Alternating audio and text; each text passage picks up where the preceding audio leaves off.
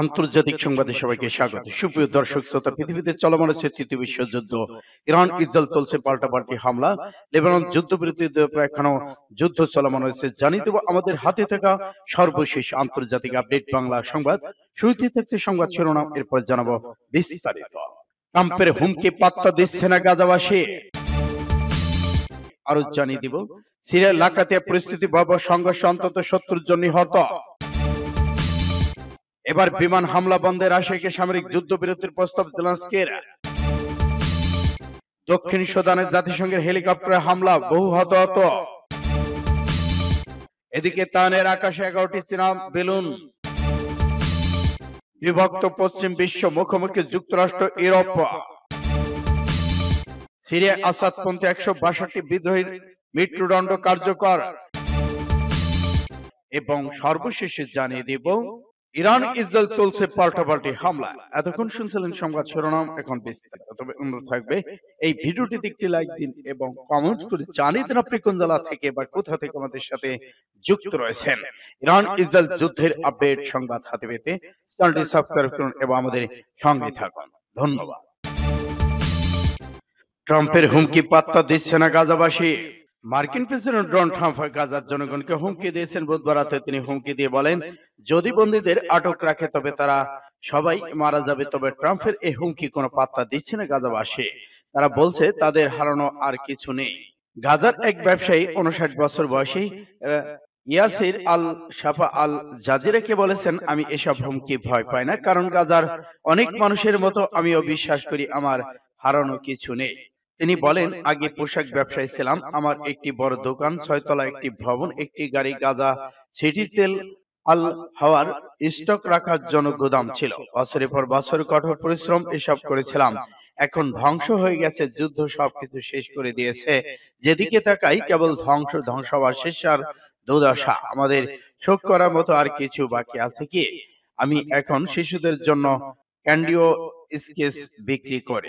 যুদ্ধের সময় দক্ষিণে বাস্তুচ্যুত হওয়ার পর আল শারাফা এবং তার পরিবার যুদ্ধবিরতি শুরু হলে উত্তরে ফিরে আসেন, কিন্তু সেখানে এসে দেখেন এক বিধ্বস্ত এলাকা, সেখানে জীবনযাপন ফেরা অসম্ভব। তিনি বলেন, যদি আমরা বন্দীদের হস্তান্তর করি তবু কিছুই বদলাবে না, আর নতুন অজুহাত তৈরি করে যে কোনো সময় যুদ্ধ আবার শুরু করতে পারে। আমরা পুরো বিশ্ব থেকেই বিশ্বাস হারিয়ে ফেলেছি।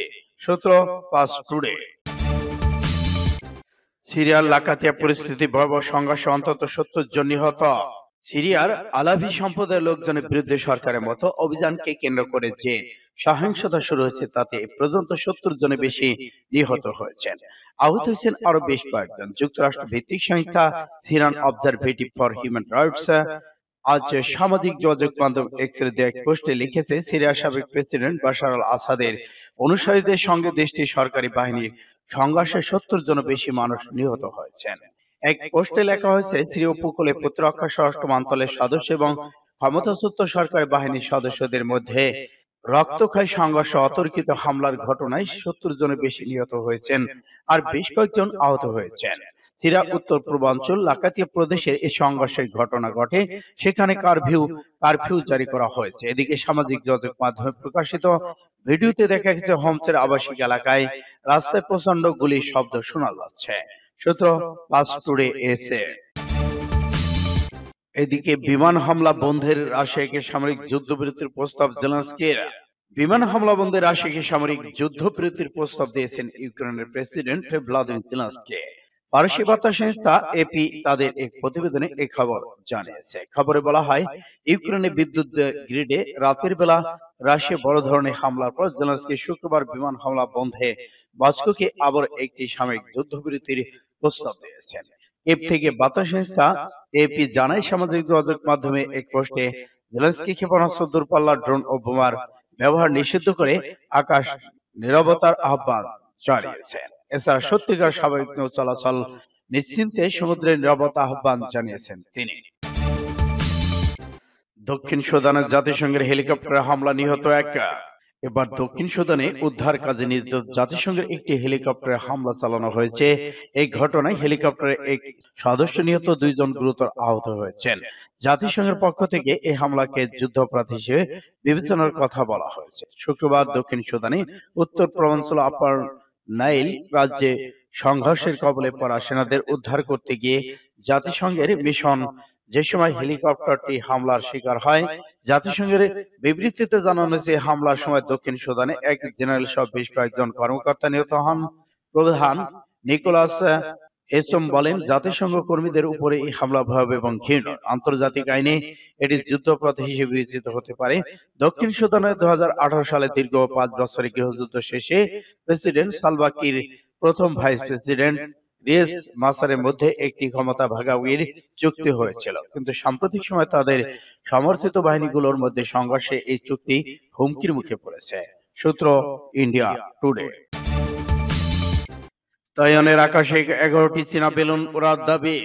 দ্বীপের কাছে 24 ঘন্টার মধ্যে 11টি চীনা বেলুন শনাক্ত করা হয়েছে বলে জানিয়েছে তাইওয়ানের প্রতিরক্ষা মন্ত্রণালয়। মন্ত্রণালয়ের দৈনিক প্রতিবেদনে জানানো হয়েছে, বেলুনগুলোর সঙ্গে একই সময়ে তাইওয়ানের কাছে 5টি চীনা সামরিক বিমান ও 6টি যুদ্ধজাহাজ শনাক্ত করা হয়। চীন দীর্ঘদিন ধরে তাইওয়ানকে তাদের নিজস্ব ভূখণ্ডের অংশ হিসেবে জোর দাবি জানিয়ে আসছে। দ্বীপটিকে তাদের নিয়ন্ত্রণে আনতে বল প্রয়োগের হুঁশিয়ারি দিয়েছে। তবে তাইওয়ান নিজেদের একটি সার্বভৌমত্ব রাষ্ট্র হিসেবে দাবি করেছেন। সাম্প্রতিক বছরগুলোতে স্বশাসিত দ্বীপটি চারপাশে যুদ্ধবিমান ও যুদ্ধজাহাজ মোতায়েন বাড়িয়েছে চীন। গত সপ্তাহে 24 ঘন্টার মধ্যে তাইওয়ান দ্বীপের কাছে 45টি চীনা বিমানের উপস্থিতি রেকর্ড করার পর এই বছরের সর্বোচ্চ সংখ্যক বেলুন শনাক্ত করা হলো। বিভক্ত পশ্চিম, মুখোমুখি যুক্তরাষ্ট্র এবং ইউরোপ। যুদ্ধ বন্ধের অঙ্গীকার করে ডোনাল্ড ট্রাম্প যুক্তরাষ্ট্রের প্রেসিডেন্ট হওয়ার পর ইউক্রেন যত তাড়াতাড়ি সম্ভব একটি যুদ্ধবিরতি চাইছেন, কিন্তু ইউক্রেন তার ইউরোপের মিত্রতা চায় নিশ্চয়তা, যা ভবিষ্যৎ কিয়েভকে যে কোনো হামলা থেকে রক্ষা করবে।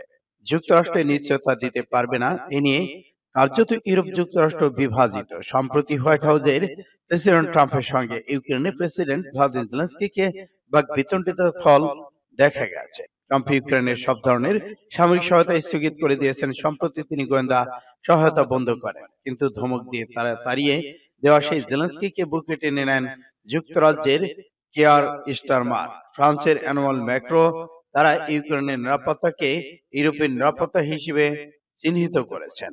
সেই সঙ্গে সহায়তা অব্যাহত রাখার আশ্বাস দেন। ইউরোপের নেতারা বলেছেন, তারা ইউরোপের প্রতিরক্ষা ব্যবস্থা জোরদার করতে চান, যাতে নিজেরাই নিজেদের সুরক্ষা দিতে পারেন। সূত্র ফাস্ট টুডে। সিরিয়ায় আসাদপন্থী 162 বিদ্রোহীর মৃত্যুদণ্ড কার্যকর।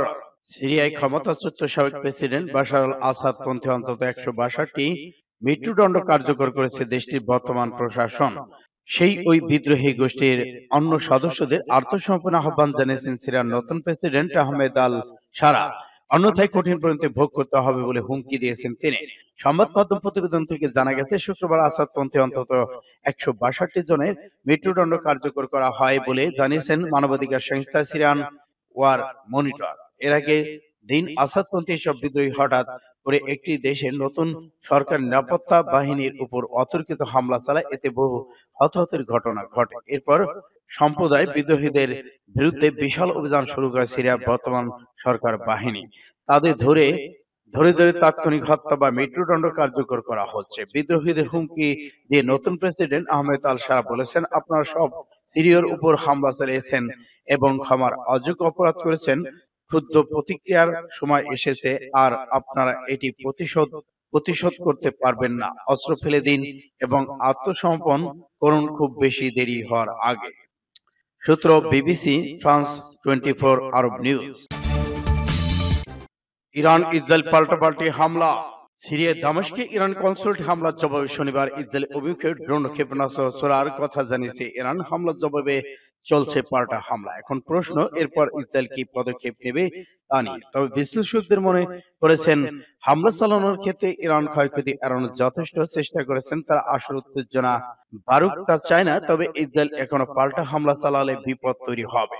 এদিকে ইরানি কনসুলেট হামলার পর তেহরান বলেছিল একটি তাদের ভূখণ্ডে হামলা করা শামিল। ইরান তখন 1961 সালে ভিয়েনা কনভেনশনের কথা উল্লেখ করে বলেছিলেন, কোন কূটনৈতিক এলাকা, দূতাবাস, কনসুলেটে কারো হামলা চালানো উচিত নয়। দামেস্কের কনসুলেটে হামলা 13 দিন পর পাল্টা হামলা চালালো ইরান। ইসরায়েল অভিমুখে বেশ কয়েকটি ক্ষেপণাস্ত্র ছুড়েছে। দেশটির দাবি, জাতিসংঘ সনদ অনুযায়ী এই হামলা সম্পূর্ণ বৈধ। জাতিসংঘের সনদের 51 অনুচ্ছেদে বলা হয়েছে, জাতিসংঘের কোন সদস্য রাষ্ট্রের বিরুদ্ধে সশস্ত্র হামলা হলে ওই রাষ্ট্র যদি ব্যক্তিগত বা সম্মিলিত আত্মরক্ষার সহজাত অধিকার চর্চা করতে চায় তবে তা ক্ষুণ্ণ করা যাবে না।